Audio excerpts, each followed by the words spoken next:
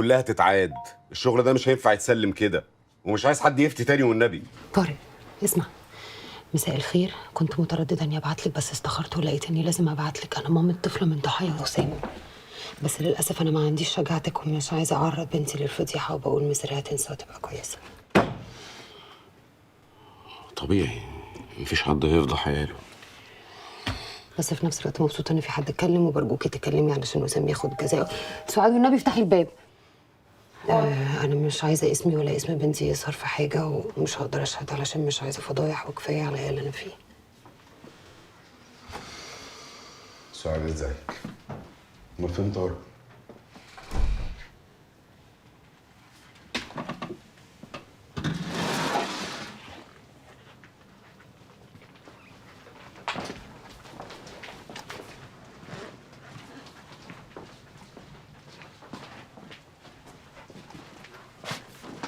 مالك مخضوض كده ليه؟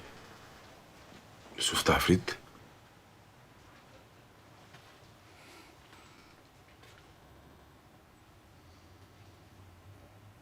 مش هتسلم عليا يا طارق؟ بتبص لي كده ليه؟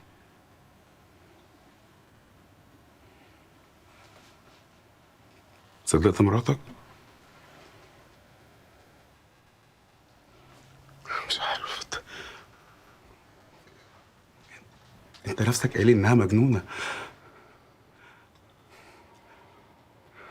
مش هينفع اسكت المرة يا طارق، لازم ارد على اعتباري.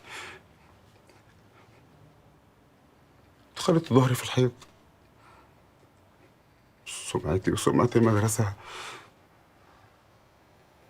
ماما ممكن تروح فيها. هو انت ما فكرتش خالص في الست دي؟ الست اللي معتبرك ابنها، ما فكرتش فيها خالص. زينة، زينة يا طارق، ما فكرتش في زينة خالص. انا اللي هيجنني انت ازاي تصدق عني كده؟ ازاي يا طارق؟ انا وسايب مراتك عماله ترمي بلاها على الناس. ناس ايه ده؟ ده انا يا طارق حسين اخوك.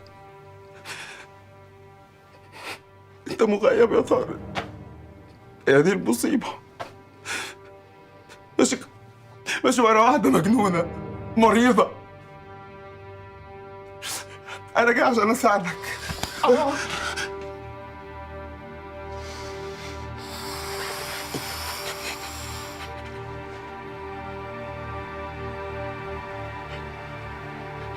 أنا الحاجة الوحيدة اللي منعاني في اللحظة دي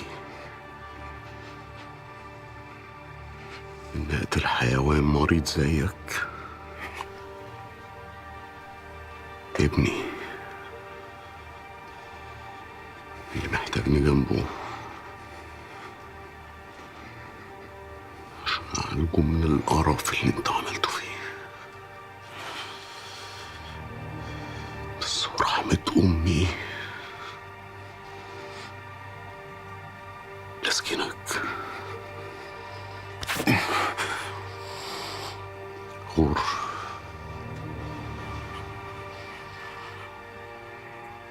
أنا همشي، بس عايزك تنساني يا طارق، تنساني خالص. شيلني من حساباتك أنا وأمي، انسانا للأبد. يلا أشوفك في المحكمة أنت ومراتك، وأنا باخد حقي. بس ساعتها يا طارق مالكش تعاد تاني، ها؟ عشان المرة دي قطيعة بجد.